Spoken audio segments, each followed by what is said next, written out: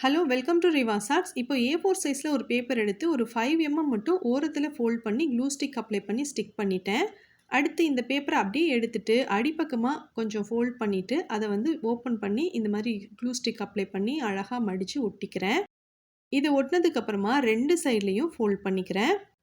இப்போது நம்ம இதை ஓப்பன் பண்ணிவிட்டு நம்ம ஃபோல்ட் பண்ணியிருக்கோம்ல அதெல்லாம் சைடில் அழகாக மடித்து வர மாதிரி நம்ம இதை ரெடி பண்ணிக்கலாம்.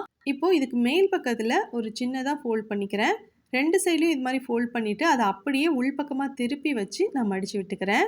அடுத்து ரெட் கலரில் ஒரு பேப்பர் எடுத்திருக்கேன். அந்த கலர் பேப்பர் யூஸ் பண்ணி ஒரு ஸ்ட்ரிப் மாதிரி கட் பண்ணிவிட்டு நான் இதை ஸ்டிக் பண்ணிக்க போகிறேன். அதுக்கப்புறம் இதே ரெட் கலர் பேப்பரில் ஒரு ஃப்ளவர் வந்து நான் கட் பண்ணி எடுத்து வச்சுருந்தேன்.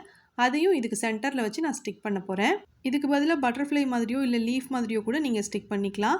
அடுத்து இதில் பஞ்சிங் மிஷின் யூஸ் பண்ணிவிட்டு ஒரு பிரேஸ்லெட் எடுத்து உள்ளே வச்சுட்டு சாட்டின் ரிப்பன் யூஸ் பண்ணி கட்டியிருக்கேன். இந்த பேப்பர் பேக் கிராஃப்ட் பிடிச்சிருந்தா வீடியோக்கு லைக் பண்ணுங்கள். தேங்க்யூ.